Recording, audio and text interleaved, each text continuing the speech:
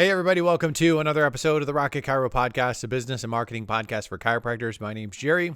We're going to talk again today about the top chiropractors on Instagram. If you listen to my last podcast, I talked about an article or a little bit of a project that I did where I decided to do a deep dive, try to figure out who are the chiropractors on Instagram who have the most followers. And then I looked at their most recent posts to see what information that I could get from that. What type of things were they posting? What type of interaction were they getting? And it sort of just gives some good basic information for those who are chiropractors wanting to grow their following on Instagram, like what is actually working. And if you want to see that information, if you haven't seen it yet, if you go to rocketchiro.com/IG, you will see all that information. You can kind of nerd out on the data, see who's made the list. There was 23 chiropractors that were on the list.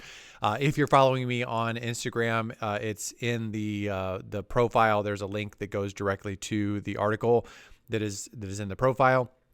So that's kind of the easiest ways to find it.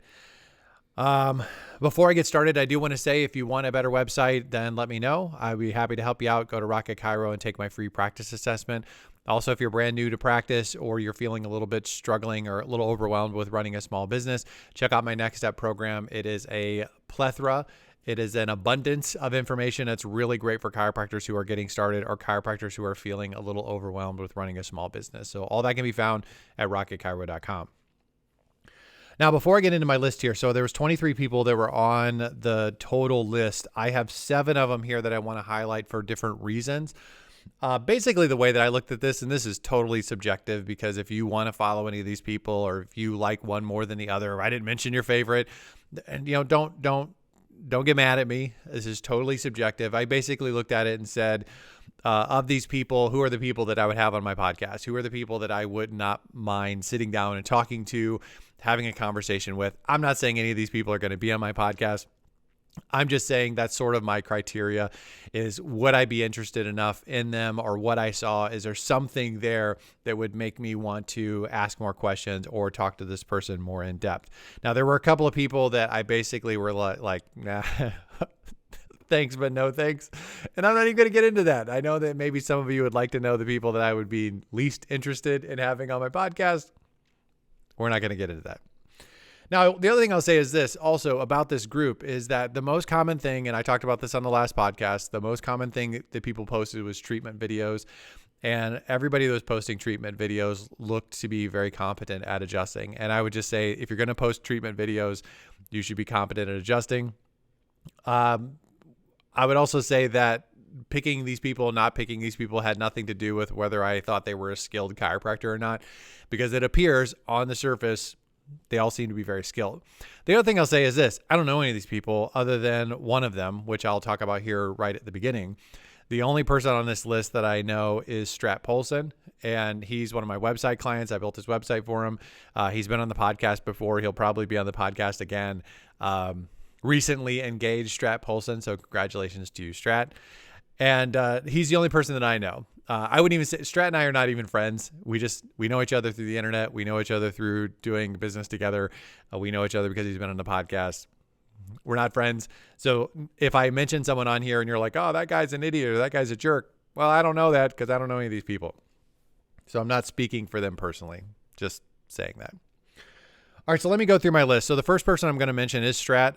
If you're not following him, I'd recommend that you do. Strat's a cool guy. I like talking to him.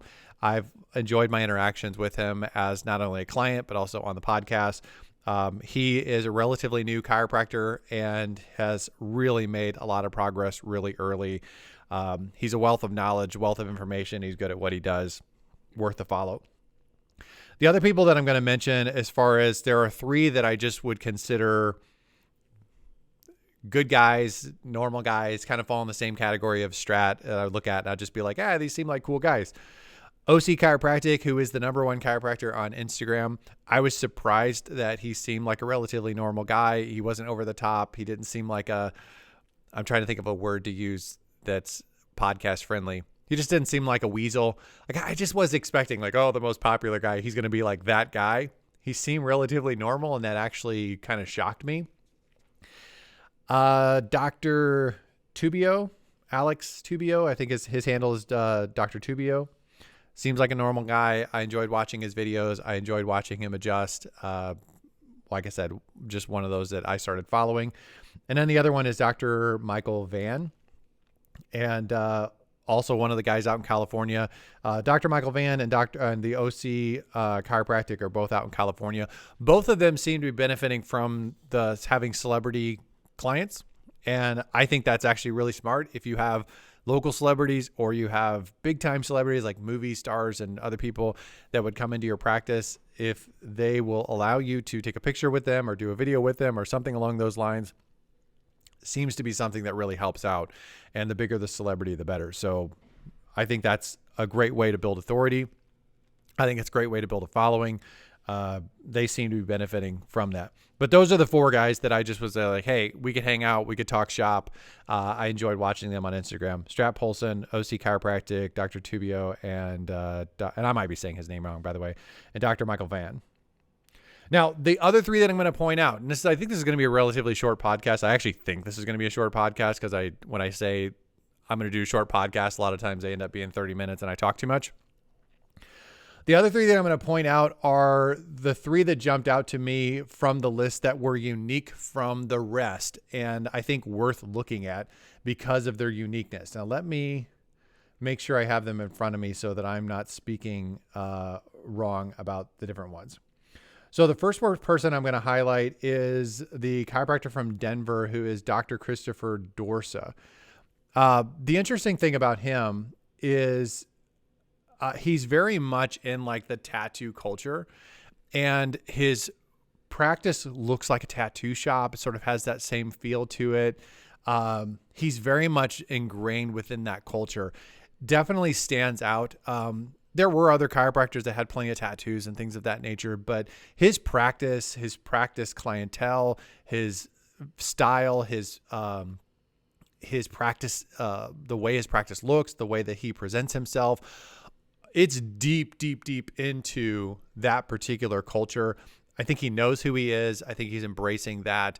And I think that there's something interesting to learn there in terms of being a niche chiropractor and not necessarily being afraid of that. He's not going to be for everyone. I don't think he's not trying to be the chiropractor for everyone in his area, but he knows who he is. He communicates that well through all of his branding and how he presents himself.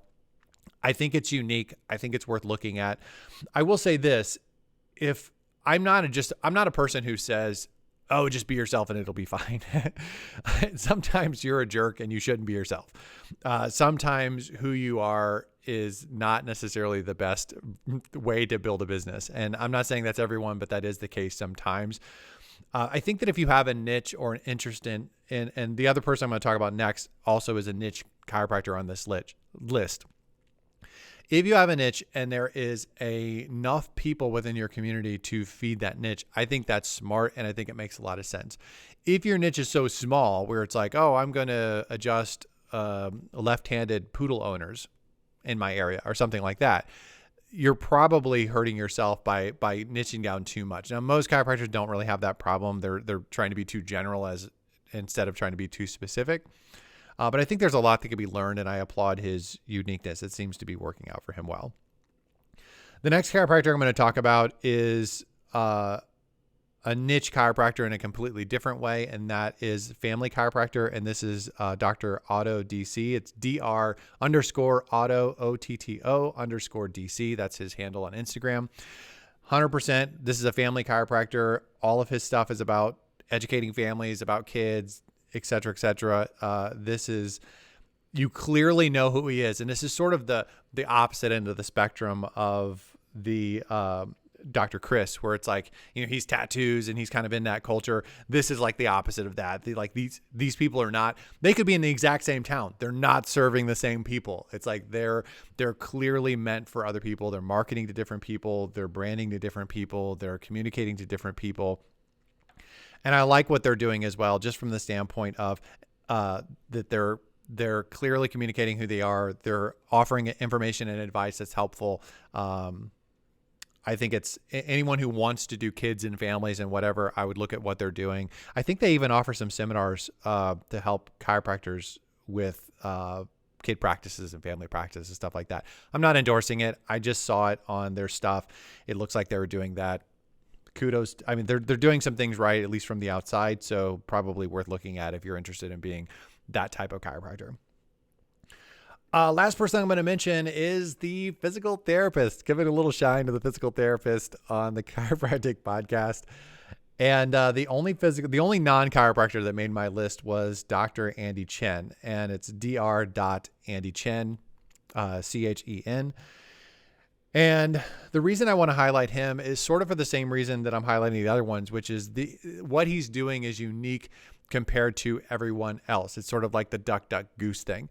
And what he's doing, and I would imagine because what a physical therapist is doing in their office or in their practice is not going to be as interesting to watch as like a high velocity adjustment from a chiropractor. I don't think they have the same appeal. What he's doing is he's educating, he's informing, he's demonstrating, he's giving very practical advice, very useful advice, and he's doing it in a variety of different ways on his Instagram page. I think that what he does can be something that a chiropractor does. If a chiropractor is not interested, and there are some techniques, like what I did when I was in practice, when I was doing upper cervical, I don't think that it would be as interesting to watch over and over again. It might be because I was doing knee chest, so it's kind of a violent adjustment. So maybe it would have been.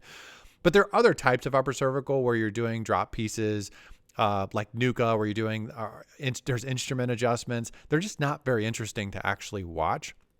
And if you're a chiropractor that's doing those techniques, posting a bunch of treatment stuff when it doesn't have that appeal that high velocity like reaction adjustment videos are going to get, which is what all the popular people are doing, then you might want to go in a different direction. And we're seeing through the pediatric chiropractor there that what did I just say, Dr. Otto, with their practice and the way that he's not posting a bunch of high velocity adjusting kids videos like that. That would be not not a good way to adjust a kid.